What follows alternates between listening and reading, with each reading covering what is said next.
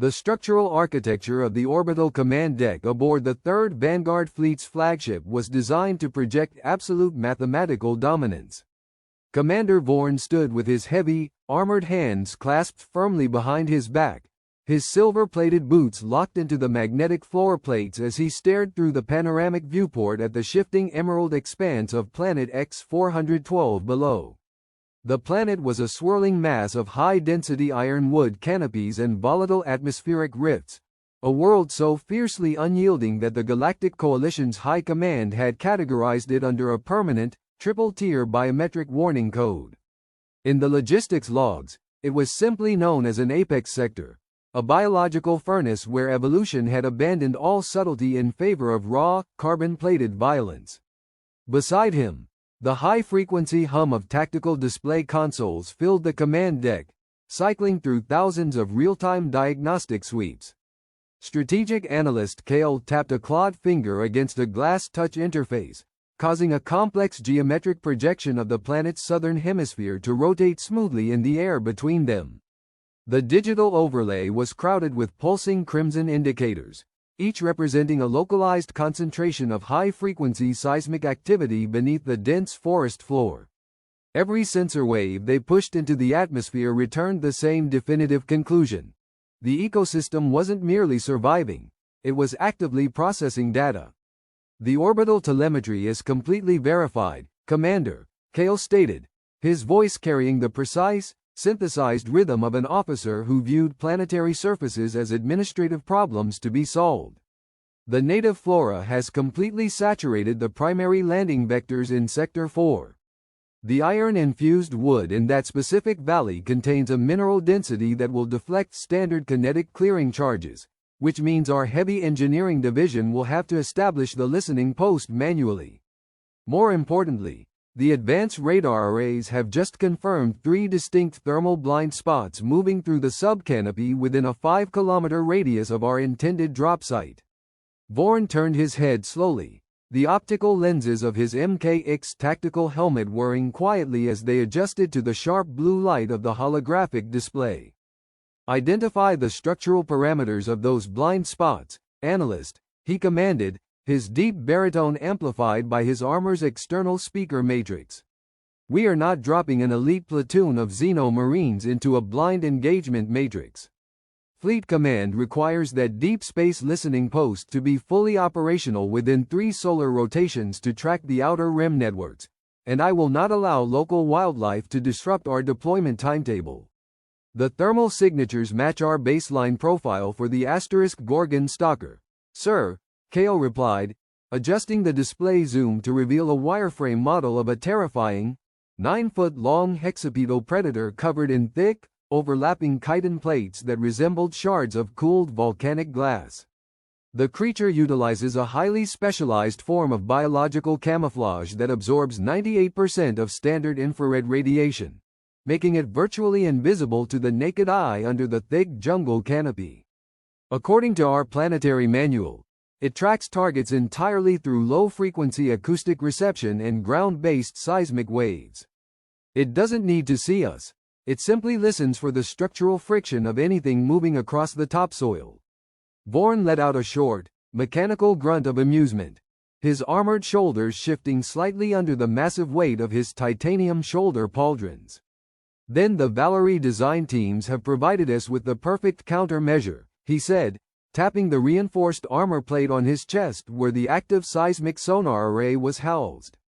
Our MKX power armor was engineered specifically to handle death world environments like this one. The moment our boots touch the mud, these suits will continuously pulse high-frequency kinetic waves into the ground. We will flood their hunting network with so much mechanical noise that their natural tracking abilities will be completely paralyzed before they can even calculate our vector. The tactical manuals agree with your assessment, Commander, Kale said, though his sensory antennae twitched slightly with an analyst's innate caution. Overwhelming technical intimidation is our primary operational doctrine in an apex sector. The suit's internal power grids will maintain maximum kinetic shielding, and our forearm-mounted plasma repeaters are pre-calibrated to pierce carbon chitin up to 4 inches thick. However, The automated registry still shows an unmonitored civilian life sign originating from a single, low-tier habitat dome right in the center of Sector 4. The Department of Environmental Caretaking claims they have an asset stationed there. An administrative error, Bourne dismissed coldly, his hand dropping to the side handle of his heavy sidearm. No unarmored civilian could survive 12 solar cycles on the surface of an apex sector without a reinforced military bunker or a localized defense grid. If there is an organic entity down there, it is either a broken piece of automated machinery or a carcass that the registry forgot to delete. We drop in full tactical formation at dawn. Tell the platoon to prime their hydraulic articulation seals and set their weapons to maximum output. Bourne turned back to the panoramic viewport, watching the green world rotate slowly against the cold, empty backdrop of the outer rim. To him, Planet X-412 was not a living ecosystem. It was a chaotic variable that needed to be bound, measured, and ultimately crushed by the predictable discipline of coalition technology. He knew the power of his platoon. He knew the strength of the 2-ton titanium frames that encased his men, and he had absolute faith in the manuals that had guided him through a dozen campaigns. The vanguard would descend with the force of an industrial forge, and the jungle would simply have to bend beneath their weight. The mechanical screech of the descending atmospheric drop pod slowly faded into a distant, echoing rumble that rolled across the deep valleys of Planet X-412. Deep inside the humid under canopy of Sector 4, sitting outside a small, weather-beaten polymer habitat dome, Joseph Vance didn't even look up from the heavy hydraulic manifold he was re-threading. He was 55 years old, his broad shoulders slouched beneath a grease-stained gray utility shirt, and his worn blue rubber flip-flops were buried deep in the thick, iron-rich silt of the jungle floor. With a slow, deliberate movement, he picked up a strip of dried ration jerky from a rusted metal tool tray beside his lawn chair, chewing it thoughtfully as he listened to the forest's reaction to the noisy newcomers. The massive, ancient ironwood trees, whose trunks were heavily laced with natural metallic veins, vibrant with life, had gone completely silent at the sound of the military landing. Joseph knew this sector better than any tactical analyst sitting in a sterile orbital command deck 300 miles above the atmosphere. For 12 solar cycles, he had been the sole caretaker of this valley, managing the seismic sensor arrays and clearing out the choked irrigation veins of the local water tables. He didn't have a platoon of armored guards, and he didn't own a single piece of high-tier plasma weaponry. His entire survival strategy was rooted in a quiet, practical understanding of the world's natural mechanics, a logic that could never be summarized on an imperial data sheet. "They're coming in far too heavy, old girl," Joseph murmured to the silent, automated monitoring terminal resting inside the dome's open doorway. The terminal's cooling fan let out a soft, rhythmic whir that matched the steady cadence of his own breathing, a small island of domestic routine in the heart of an untamed alien wilderness. He wiped his oil-stained fingers on his faded denim cargo shorts and stood up, his joints popping slightly as he stretched his back. He could feel the ground beneath his feet beginning to thrum with a sharp, synthetic vibration that didn't belong to the planet's tectonic rhythm, the unmistakable signature of active military power armor making planetfall. A mile away, through the dense, overlapping ironwood brush, Commander Vorn's heavy tactical boots slammed into the soft earth, his 2-ton titanium MKX exoskeleton locking its hydraulic knee seals to absorb the immense kinetic impact of the drop. Around him, 11 elite Xeno Marines formed a flawless, rigid geometric defensive perimeter, their polished silver breastplates instantly reflecting the scattered, emerald sunlight filtering through the canopy. The high-capacity kinetic arrays mounted to their chests spun up with a piercing, high-pitched whine, immediately pulsing continuous waves of high-frequency sonar directly into the soil to paralyze any local hunting networks. Perimeter secure. Establish the primary listening post coordinates immediately, Vorn ordered through the encrypted platoon network, his visor's internal display illuminating the dense jungle in sharp, neon green targeting vectors. He raised his forearm-mounted plasma repeater, the weapon's capacitors humming aggressively as they drew power from the suit's core reactor. Analyst Kale, verify the structural stability of this clearing. The seismic feedback from the soil is returning highly irregular density readings. It feels like we are standing on a bed of solid metal plates rather than standard organic silt. Kale stepped out from the center of the defensive circle, his specialized scanner array emitting a series of bright blue diagnostic laser lines across the thick root networks. The ironwood root systems in this valley are functioning as natural acoustic conductors, Commander, Kale reported, his synthesized voice tight with analytical focus. Our active sonar arrays are projecting maximum technical intimidation into the soil, but the mineral density is refracting the kinetic waves back toward our own positions. We are creating a massive, localized resonance chamber. If there are any high-tier apex predators within a 5-kilometer radius, they are currently receiving a massive, irritating territorial challenge directly through their primary sensory receptors. Let them receive it, Bourne replied coldly, his armor's external speakers projecting his voice like a mechanical hammer into the silent forest. Our tactical manuals are absolute. Overwhelming sensory saturation is the only proven method for neutralizing Death World megafauna before they can establish an offensive vector. Keep the sonar arrays at maximum output and deploy the automated kinetic defensive turrets around the perimeter line. We will bend this valley to our operational parameters within the hour. Back at the polymer dome, Joseph Vance listened to the distant, high-pitched mechanical whine of the Marine platoon's equipment, a look of profound, weary frustration settling into the deep wrinkles of his weathered face. He looked down at the mud, watching the small, bioluminescent insects that usually danced across the silt bury themselves frantically beneath the root lines to escape the agonizing synthetic vibration ripping through their habitat. The Marines were operating under the assumption that the universe was an enemy that could be frightened into submission by loud noises and heavy metal, a mistake that had cost many arrogant commanders their lives on the outer rim. Idiots, Joseph sighed, kicking a small pebble with the toe of his blue flip-flop as he walked over to his heavy storage locker to retrieve a pair of insulated industrial wire cutters. They think because they have a manual written by some administrator who never stepped foot off a core world station, they know how a 3-million-year-old ecosystem handles a threat. They're not scaring the valley, they're just making it real angry. He closed the locker with a dull, heavy click, knowing that within 20 minutes, the rhythmic, electronic arrogance of the 3rd Vanguard Fleet would break the one rule that kept a man alive in the dark sectors of the galaxy.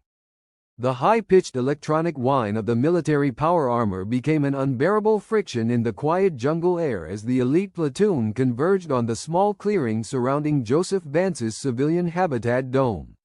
Commander Vorn led the advance, his massive 2-ton titanium MKX exoskeleton crushing the native ground cover under thousands of pounds of pressurized military technology. Every heavy step he took sent sharp, synthetic kinetic shockwaves deep into the planetary crust, a stark contrast to the slow, non-threatening thwack-thwack of the old mechanic's rubber flip-flops that the soil had known for 12 solar cycles. Behind the commander, 11 heavily armed Xeno-Marines marched in absolute geometric synchronization, their forearm-mounted plasma repeaters charged to a dangerous, pale blue glow that illuminated the dark, metallic stalks of the ironwood trees. Hold your advance. Form a Class 3 defensive ring right here. Vorn's voice boomed through his helmet's external speaker array, the synthesized amplification rattling the loose polymer panels on the civilian dome. He adjusted his primary optical lenses, his visor automatically cycling through a dozen diagnostic scans to verify the sudden biological readings filtering through his telemetry. His sensors confirmed the air was perfectly breathable, though thick with dense humidity and native mineral pollen. Standing right at the edge of the clearing, completely unbothered by the heavy mechanical intimidation of the platoon, was Joseph. Joseph didn't reach for a weapon, nor did he retreat inside his reinforced shelter. He simply stood next to his rusted metal lawn chair, wiping a thick smear of black hydraulic fluid from his calloused thumb with an old grease-stained rag. His faded denim cargo shorts and stained gray utility shirt made him look entirely out of place next to the gleaming silver armor of the Vanguard, yet his posture carried the absolute, unhurried patience of a man who had mastered the mechanics of survival. He looked up at the towering titanium soldier with a relaxed, weary expression that contained zero fear. "You are the civilian caretaker registered within this sector?" Commander Vorn asked, his mechanical voice vibrating the damp jungle air like a localized thunderclap. "Our advanced orbital telemetry indicated an unmonitored life sign, but we assumed the automated beacons had simply malfunctioned. This entire valley is a declared high-density biological hazard zone under direct containment protocols. Secure your primary belongings immediately and retreat behind our inner defensive perimeter. A major predatory vanguard is currently tracking our acoustic signature." "The name's just Joseph, son," the old mechanic said, his voice a low, gravelly baritone that carried the steady cadence of a man who hadn't spoken to another human being in 6 months. "And you fellows might want to dial down those engine blowers and chest emitters before you tear up the rest of my localized perimeter garden. I just finished planting those native fern shoots, and they don't take kindly to hot fuel exhaust or whatever high-frequency racket you're pulsing into the topsoil." Strategic analyst Kale stepped forward from the center of the formation, his specialized MKX armor humming with a slightly lower power signature as he held a portable tactical scanning terminal openly.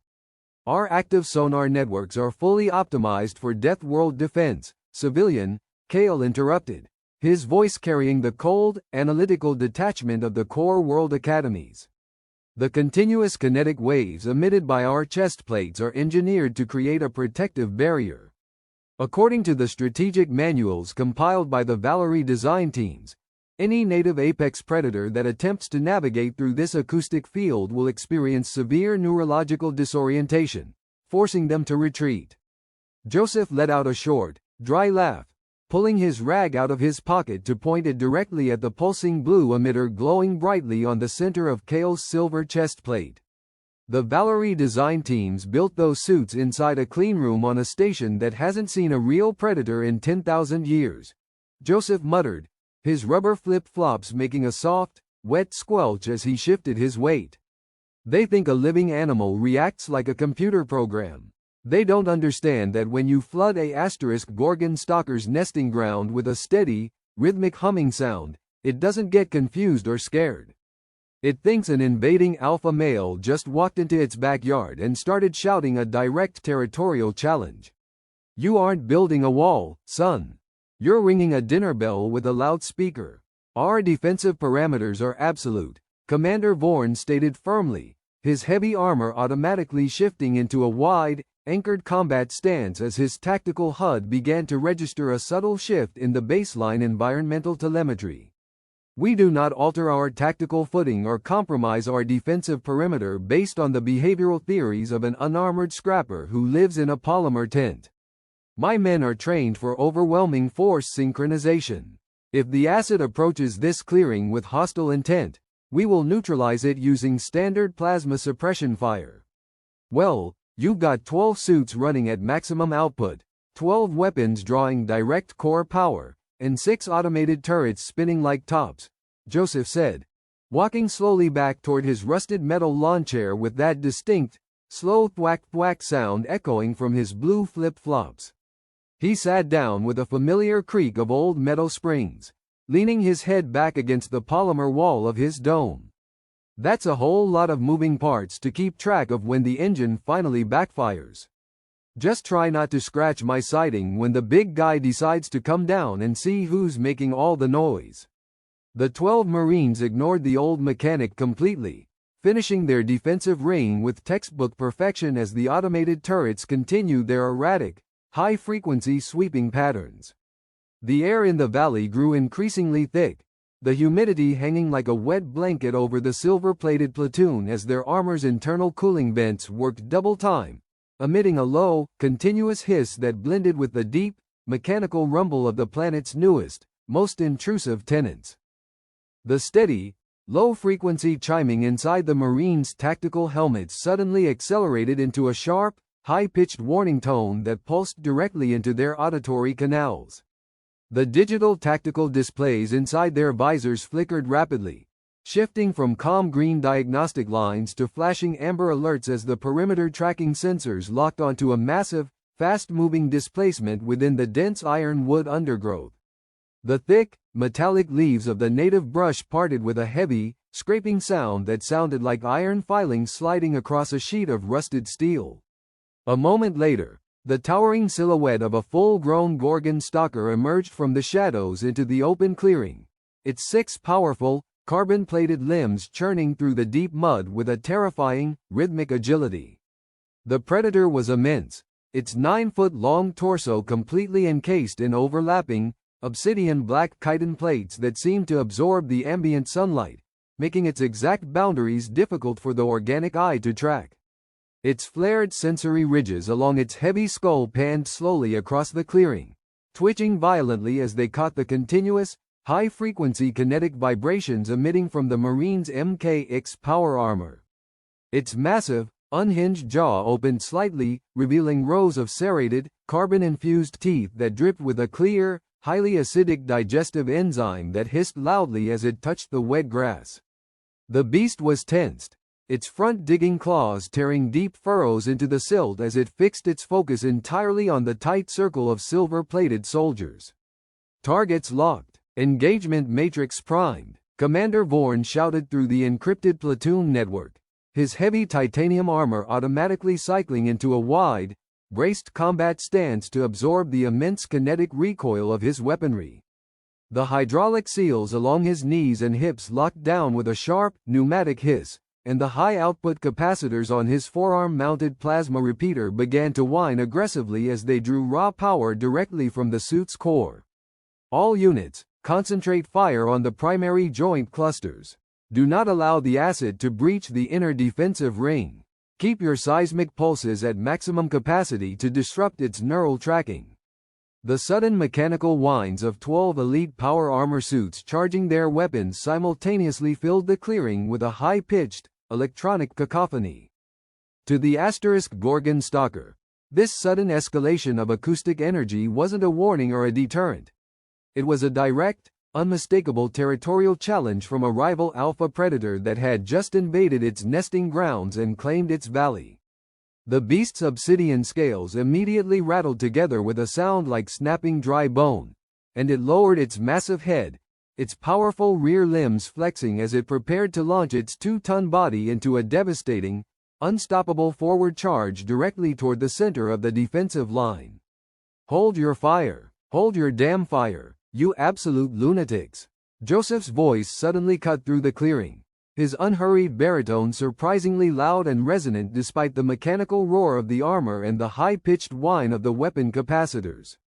He stood up from his rusted lawn chair with a slow, deliberate movement, his rubber flip-flops scraping against the ground as he began to walk directly past the locked, braced legs of the heavily armored Marines.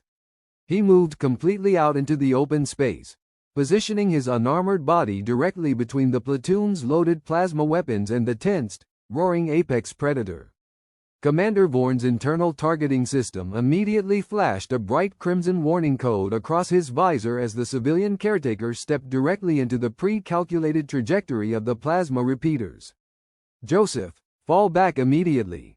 Vorn roared through his external speaker, his armored fingers tensing on the weapon triggers but holding back, unable to fire without violating core safety protocols regarding non-combatant preservation. "The acid is in a terminal aggression cycle.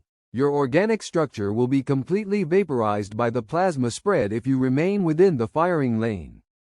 Get down. I told you before, your suits are making too much damn noise, son," Joseph said, completely ignoring the commander's panic as he continued to amble forward in his faded denim cargo shorts.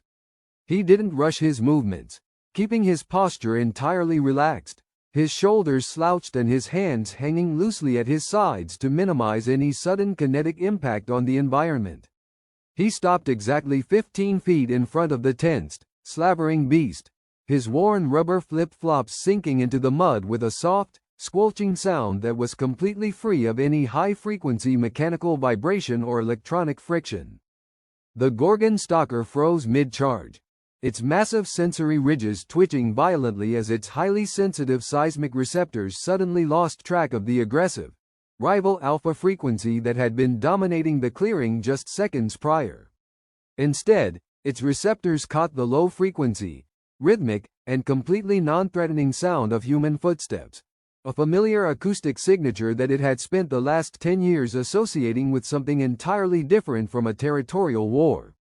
The aggressive red light pulsing within the predator's secondary breathing vents began to slow down, cooling gradually from a volatile combat footing into a state of curious, inquisitive stillness that left the entire Marine platoon standing in stunned silence.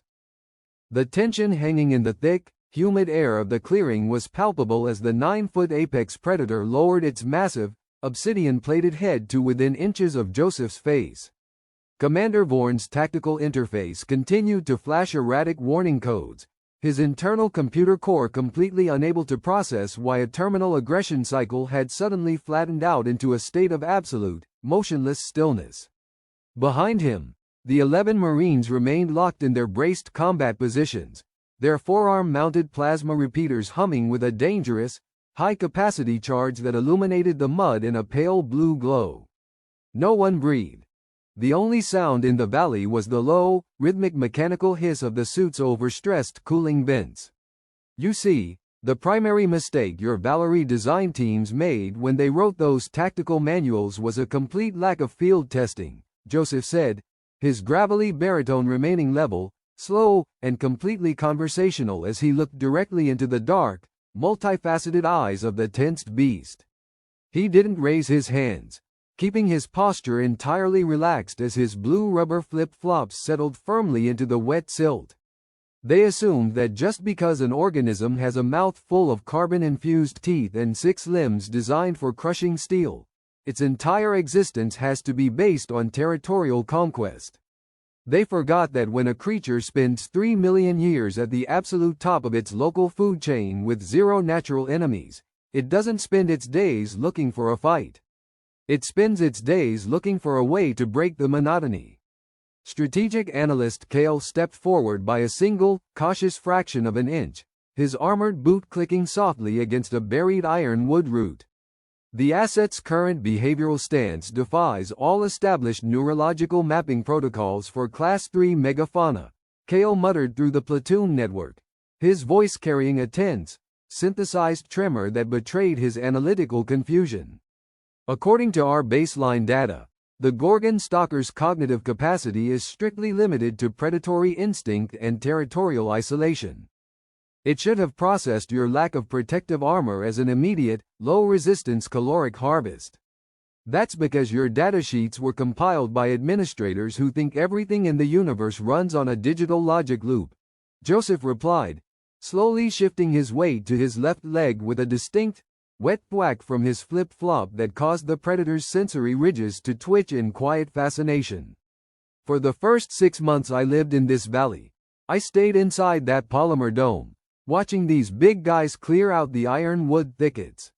I noticed they had a habit of picking up the broken branches that the weather beacons knocked down during the high winds. They weren't eating them, and they weren't using them for nests. They were just carrying them around, chewing on the fiber to clean the mineral deposits out of their joint scales, and dropping them when they got bored. Commander Vorn lowered his plasma repeater by a fraction of a degree, his helmet lenses panning slowly between the old mechanic and the massive, slavering jaw of the creature. Are you implying that the primary predatory threat vector of this entire planetary sector has been reduced to a domesticated state through unauthorized behavioral conditioning? Vorn asked, his amplified voice dropping its previous mechanical arrogance, replaced by a cold, professional curiosity.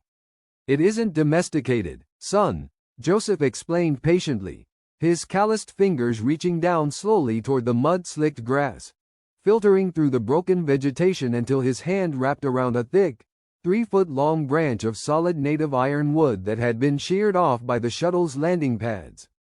You can't domesticate a piece of machinery this size, and you shouldn't try. But what you can do is understand its factory settings. For the last 10 years, every time I go out to service the seismic sensors, I carry a couple of these iron wood sticks with me. If I run into one of the local lads, I don't start pulsing high-frequency noise into his ears or pointing a plasma gun at his chest. I just show him the wood, let him get a good look at the density, and give it a proper throw.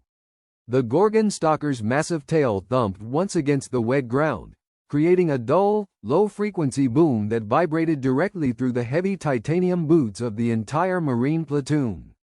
Its obsidian-covered torso slowly sank closer to the mud, its powerful front-digging claws flexing in a rhythmic, undulating sequence that Joseph recognized instantly as a play instinct baseline. The aggressive crimson light pulsing within its secondary breathing vents had completely faded, replaced by a cool, stable amber glow that matched the steady internal hum of the planet's natural, unhurried machinery. "He's been watching me clear this clearing for 12 solar cycles," Joseph murmured, a faint, dry smile breaking through his weathered face as he balanced the heavy, iron-infused branch in his right hand. "And right now, after listening to your fancy power suits click and whine for the last half hour, he's gotten standard industrial boredom. He doesn't want your listening post, Commander, and he doesn't want your titanium armor. He just wants to see how far the new neighbors can throw the timber. Watch the paint on this one, old lad," Joseph murmured softly into the quiet clearing, his voice remaining a steady, unhurried baritone that anchored the frantic energy of the valley. He brought his calloused arm back with the smooth, practiced motion of an experienced mechanic handling a heavy torque wrench, and hurled the heavy iron wood branch across the mud. The dense, mineral-infused wood sailed through the humid air, cutting a clean path through the low-hanging jungle canopy before landing with a loud, distinct thump asterisk in the deep silt near the outer edge of the automated defensive turrets. The Gorgon stalker didn't hesitate for a single microsecond. It launched its 2-ton, carbon-plated body forward with an explosive burst of natural power, completely ignoring the line of heavily armored Marines as its 6 powerful limbs churned through the clearing.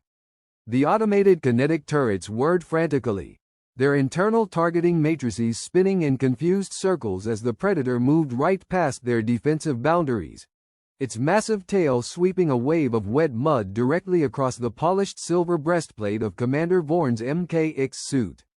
The beast slid to a smooth halt near the tree line, its unhinged jaws snapping down around the ironwood branch with a sharp crunch of pure satisfaction, before turning its massive bulk back toward the center of the camp. It trotted back slowly, its movements completely non-aggressive, its heavy steps creating a rhythmic, low-frequency thrumming sound in the soil that perfectly matched the gentle cadence of Joseph's rubber flip-flops. It stopped exactly 3 feet in front of the old mechanic, dropping the mud-slicked ironwood branch right at his feet with a soft grunt of warm air that smelled faintly of native forest moss and damp clay. It then lowered its massive head, its flared sensory ridges rubbing gently against the side of Joseph's faded cargo shorts in a massive, rumbling display of primitive companion alignment. "Good lad," Joseph said, reaching out with his bare, grease-stained hand to firmly scratch the soft, unarmored skin right behind the creature's forward neural ridge. The beast's obsidian plates rattled together with a low sound that sounded suspiciously like a common domestic purr, vibrating through the mud. He looked back over his shoulder at the 12 Xeno Marines, who were still locked in their rigid, hydraulic combat stances, their plasma repeaters still whining uselessly in the humid air. "You can stand there until your batteries run dry if you want, Commander, but I suggest you power down those active sonar arrays before he thinks you're trying to steal his stick. He gets real protective of the iron wood." Commander Vorn stood completely frozen inside his 2-ton titanium exoskeleton, his internal tactical display running a continuous loop of error codes as it tried to reconcile the reality of a Class 3 Death World Predator acting like a common frontier hound. Slowly, with a heavy, mechanical sigh that vented from his suit's primary exhaust seals, the commander reached up to his control console and shut down the active sonar network, the high-frequency vibrations in the clearing dying away instantly. The deep, irritating hum that had paralyzed the local ecosystem for the last hour vanished, leaving only the natural, rhythmic sounds of the forest floor.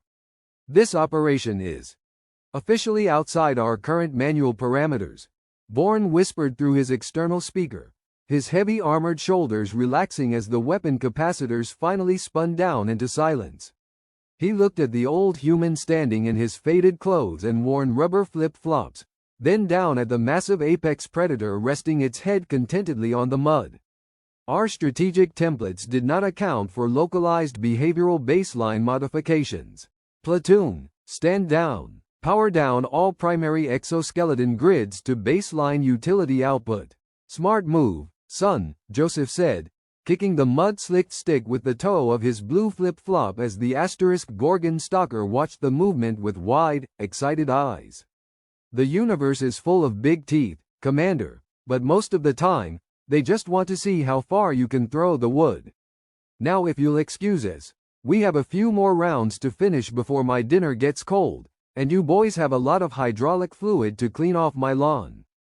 The sudden stillness that settled over the clearing was profound, broken only by the natural, low-frequency rustling of the iron wood canopy and the slow cooling of the Marine's massive power armor.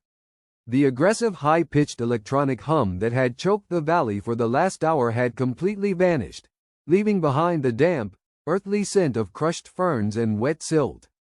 Commander Vorn raised a heavy, titanium-plated forearm, signaling his platoon to initiate a secondary diagnostic sweep of their localized environment. The silver-clad soldiers slowly adjusted their stance, their hydraulic leg joints venting a final, quiet hiss of pneumatic pressure as their internal combat matrices shifted from active engagement back to a baseline utility standby. Analyst Kale, verify the current neural output of the acid, Bourne ordered quietly through the short-range communication network, his voice dropping its previous mechanical arrogance and taking on the guarded tone of an officer processing a massive logistical anomaly. He kept his optical lenses fixed entirely on Joseph Vance, who had calmly returned to his rusted metal lawn chair, leaning back with an unhurried sigh as if 12 elite Xeno-Marines and a 9-foot apex predator weren't currently occupying his front yard. The structural sensors inside my chest plate are no longer registering a terminal kinetic resonance from the creature's core plates. Confirm if the threat matrix has permanently flattened or if we are merely experiencing an environmental latency loop. Kale stepped forward with a slow, cautious clicking sound from his boots, his portable tactical scanning terminal projecting a soft, pale green diagnostic wireframe into the humid air. The biological telemetry is completely stable, sir, Kale reported, his synthesized voice tight with a mixture of professional confusion and deep academic curiosity. The Gorgon stalker's internal metabolic registers have dropped by 70%, shifting entirely away from a localized territorial combat footing. Its sensory ridges are functioning at a baseline awareness frequency that perfectly mirrors a common core world pack animal during a rest cycle. According to our administrative databases, this behavioral transition should have required a sustained application of neurological sedatives or heavy containment fields. I told you before, son, you're reading the wrong manuals, Joseph said, his gravelly baritone carrying clearly across the quiet space as he pulled a small, manual cleaning tool from his cargo shorts and began scraping a thin layer of mud from the edge of his blue flip-flop. He didn't look up at the heavily armored soldiers, remaining entirely relaxed within the creaking metal frame of his lawn chair. Your databases were compiled by men who view a planet like an arithmetic problem that needs to be solved with a hammer. When you treat a living creature like an invading army, it's going to act like an invading army. But when you look at it like a heavy piece of machinery with its own set of operating gears, you find out it just runs on a very simple, predictable fuel loop. Commander Vorn walked forward 3 slow paces, the immense weight of his 2-ton MKX suit creating deep, clean compressions in the silt, though he intentionally slowed his articulation timing to minimize any sudden kinetic impact that might alert the resting beast. He stopped exactly 10 feet from the old mechanic, his whirring helmet lenses panning down to the massive, obsidian-plated head of the asterisk Gorgon stalker, which was currently resting contentedly across Joseph's lap like a 2-ton log of volcanic glass. Our operational directives from Coalition Fleet Command were entirely explicit regarding this sector, Vorn stated, his amplified voice dropping to a low, respectful rumble. We were ordered to establish a deep space listening post to track outer rim communication networks, using maximum technical deterrence to clear any localized biological variables. We did not anticipate an unarmored civilian operating an independent behavioral modification program within the drop vector. This isn't an independent program, Commander, it's just my job, Joseph replied, finally looking up and meeting the whirring optical lenses of the soldier's helmet with a steady, unhurried gaze. The Department of Environmental Caretaking sent me down here 12 solar cycles ago to keep the seismic sensor lines clean and make sure the ironwood root systems didn't choke out the subsurface irrigation channels. The local lads and I had a few misunderstandings during the first 6 months, sure. They broke a few of my weather beacons, and I accidentally ran a heavy utility tracker through one of their primary hunting tunnels. But once we both figured out the other guy wasn't trying to claim the whole valley, we settled into a standard maintenance routine. I keep the noise down, and they leave my habitat dome in one piece. The Valerie design teams categorized this specific species as a Class 3 terminal threat vector, analyst Kale added, his clawed fingers tapping a series of structural queries into his console as he tried to reconcile the reality before him with his years of military academy training. Their report explicitly stated that the asterisk Gorgon stalker's carbon-infused jaw structure and specialized predatory camouflage were biologically optimized for total territorial dominance. The manual concludes that coexistence with an unarmored human asset within the primary nesting grounds is a mathematical impossibility due to basic dietary requirements and instinctual aggression profiles. Joseph let out a soft, dry chuckle, his bare hand continuing to slowly, rhythmically scratch the unarmored skin directly behind the massive predator's forward sensory ridge, causing the creature's obsidian plates to rattle together with a deep, purring resonance that vibrated through the mud. The Valerie teams forgot that an animal that sits at the absolute top of the food chain doesn't need to spend every minute of its life killing things, Joseph explained patiently. When you don't have any natural enemies, and you've got all the food you need in the deeper ironwood thickets, your biggest problem isn't survival, it's boredom. This big guy here doesn't look at me like a calorie harvest because he can get all the protein he wants 2 miles south. He looks at me as the only thing in this entire valley that does something unexpected. I'm his entertainment system, son. Your analysis, however practical, compromises our primary construction schedule, Commander Vorn noted, his heavy titanium shoulders shifting as he deactivated his forearm-mounted plasma repeater's primary charging capacitors, allowing the pale blue light to fade into dark glass. The foundation piles for the deep space listening post must be driven into the subterranean mineral array using high-impact kinetic hammers.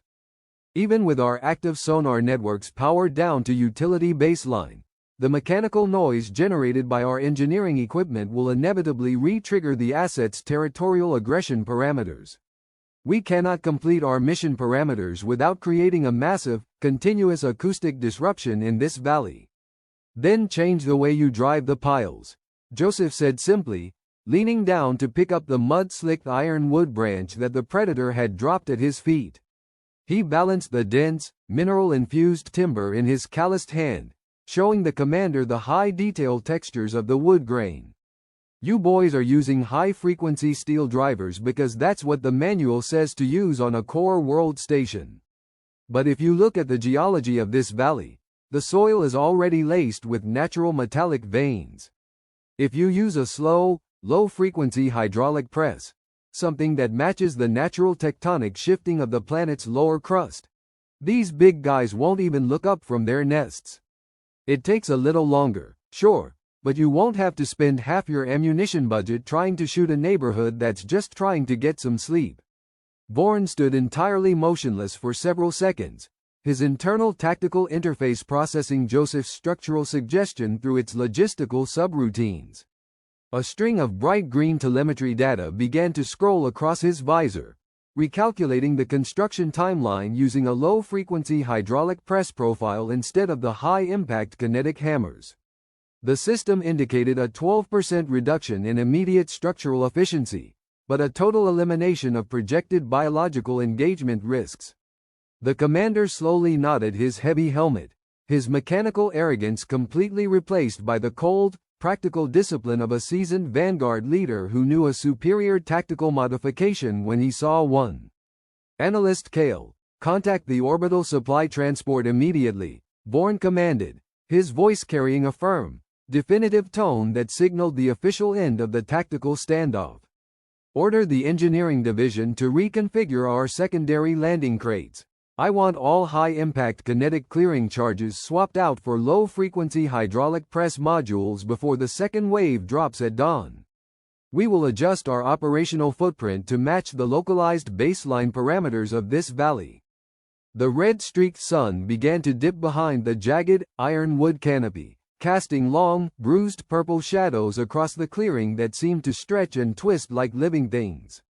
The air was cooling rapidly, the humid jungle mist clinging to the metallic surfaces of the Marines' armor, turning their polished silver plates into a dull, frosted slate. Joseph Vance didn't move from his lawn chair, his fingers continuing their rhythmic, patient massage behind the asterisk Gorgon stalker's neural ridge. The massive predator now so deeply submerged in its state of contentment that its heavy eyelids had drifted almost entirely shut. "You're a long way from the core worlds, Commander," Joseph said into the gathering dusk, his voice barely rising above the low, steady hum of the planet's evening breeze. "I can see the markers on your suit. You've seen enough active combat zones to know when to push a tactical advantage and when to just let the dust settle. Most folks who land on a terminal threat world like this arrive with their trigger fingers already twitching, convinced that everything with teeth wants to eat them alive. You're the first officer I've seen actually stop to check the data before emptying a full charge of plasma into my front yard." Commander Vorn, still standing with a heavy, unnatural stillness, tilted his helmet slightly, the optical sensors adjusting to the failing light with a soft, mechanical click. "Coalition Fleet Command does not send us to worlds like this because they appreciate the local ecological nuance, Vance," he replied, his voice losing its final, lingering edge of metallic coldness. "We are sent here because the resource yield of this valley is theoretically immense, and the structural integrity of the deep space communication array we are building is required for sector-wide stability. If that means paving over 3 million years of indigenous biological development to install a relay station, the math usually favors the station."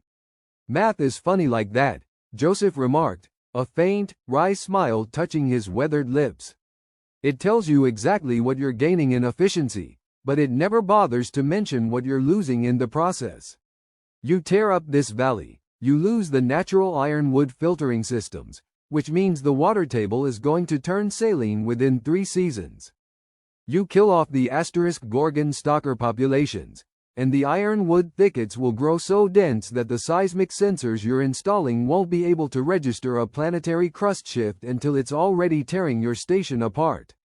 You think you're conquering the planet, Commander, but you're just making it impossible for your own equipment to function." Analyst Kale, who had been quietly interfacing with his terminal throughout the exchange, looked up from his glowing display. "He is correct, sir," Kale stated, his voice a flat, synthesized murmur that nonetheless carried a hint of professional unease. "I have just completed a high-density extrapolation of the valley's mineral root symbiotic network. If we proceed with the initial construction plan, the resulting destabilization of the soil lattice would indeed reduce the structural lifespan of our primary array by approximately 42% within the first year of operation. The old human's observations regarding the local seismic registers are mathematically sound." Commander Vorn remained silent for a long moment, the only sound the gentle, rhythmic rattling of the massive predator's obsidian plates against the cooling mud. He seemed to be weighing the cold, hard logic of his original mission parameters against the undeniable reality of the creature resting at his feet. Finally, with a sharp, hydraulic hiss of his suit's air recycling system, he turned his attention back to Joseph. "And what would you suggest we do with the relay station, Vance? If we adjust our construction profile to accommodate the indigenous ecology, our installation footprint will be twice the size of our current directive. We would need to manage the site as a collaborative habitat rather than a pure industrial extraction zone. That's exactly what I've been doing for the last 12 years, Joseph replied, gesturing broadly with his free hand toward the surrounding jungle, where the darkness was now alive with the flickering, bioluminescent hum of nocturnal insects.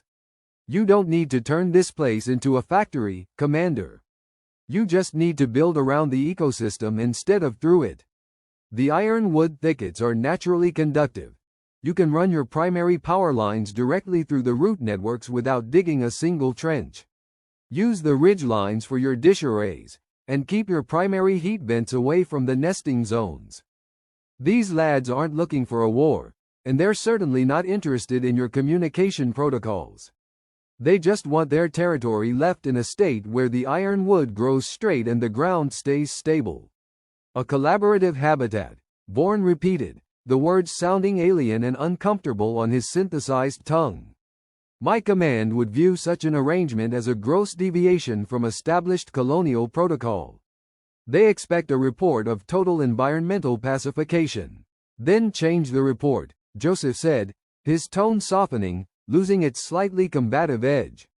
He reached into the deep pocket of his cargo shorts and pulled out a small, metallic data chip, which he tossed easily toward the commander. It clattered against the titanium floor plate of Bourne's boot. That chip contains the last 12 years of my maintenance logs, including detailed atmospheric readings, seismic stability charts, and, most importantly, the entire recorded history of my interactions with the local pack leaders. It proves that you can run a high-gain, deep space array in this valley without ever firing a single shot. If you want to keep your job and finish this project without losing half your equipment to a pissed-off apex predator, you show your superiors that data. Tell them you found a way to achieve operational output while maintaining a zero-impact environmental footprint.